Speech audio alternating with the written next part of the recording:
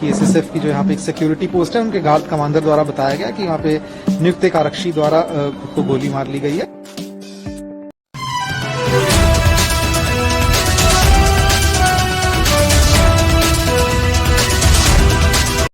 আচমকা এবার গুলি চলল বিশ্ববিখ্যাত রাম মন্দিরে।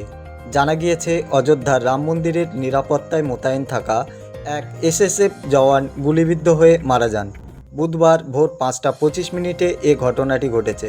যুবকের নাম শত্রুঘ্ন বিশ্বকর্মা, বয়স 25। সূত্রের খবর, ঘটনার সময় কোটেশ্বর মন্দিরের সামনে যে ভিআইপি গেট তৈরি হচ্ছে তার কাছে দাঁড়িয়েছিলেন ওই জওয়ান। 25 বছরের শত্রুঘ্ন আম্বেদকর নগরের বাসিন্দা ছিলেন। রাম মন্দির চত্বরে গুলির শব্দ শুনে ঘটনাস্থলে পৌঁছান সহকর্মীরা। সেখানে তারা শত্রুঘ্নকে রক্তাক্ত অবস্থায় পড়ে থাকতে দেখেন।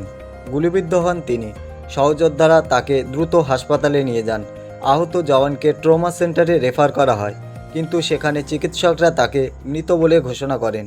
জওয়ানের মৃত্যুতে শোকের ছায়া নেমে এসেছে অযোধ্যা রাম মন্দির চত্বরে। ঘটনাস্থলে পৌঁছান আইজি ও এসএসপি। ফরেন্সিক দলও ঘটনাস্থলে পৌঁছে তদন্ত শুরু করে। আপাতত মৃতদেহ ময়নাতদন্তের জন্য পাঠানো হয়েছে। রিপোর্ট আসার পর মৃত্যুর প্রকৃত কারণ স্পষ্ট হবে। শত্রুঘ্ন বিশ্বকর্মা 2019 ব্যাচের অন্তর্ভুক্ত ছিলেন। তিনি আম্বেদকর নগরের সম্মানপুর থানার কাজপুরা গ্রামের বাসিন্দা ছিলেন। এসএসএফে পোস্টিং ছিল। বছর 4 আগে মন্দির রক্ষার জন্য এসএসএফ বাহিনী গঠন করেছিল যোগী সরকার। মৃত জওয়ানের সহকর্মীরা সংবাদ মাধ্যমের মুখোমুখি হয়ে জানিয়েছেন, কয়েকদিন ধরে একটু আনমনা ছিলেন জওয়ান।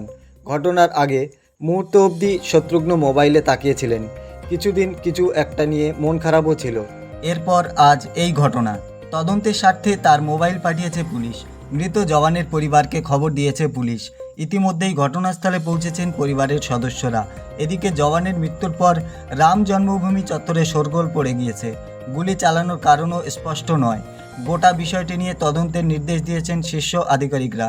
প্রসঙ্গত, রাম মন্দির উদ্বোধনের পর এই নিয়ে দ্বিতীয়বার এমন ঘটনা ঘটল। এর আগে গত মার্চে মন্দিরের নিরাপত্তায় নিয়োজিত পিএসসি প্লাটুন কমান্ডারের বুকে গুলি লাগে।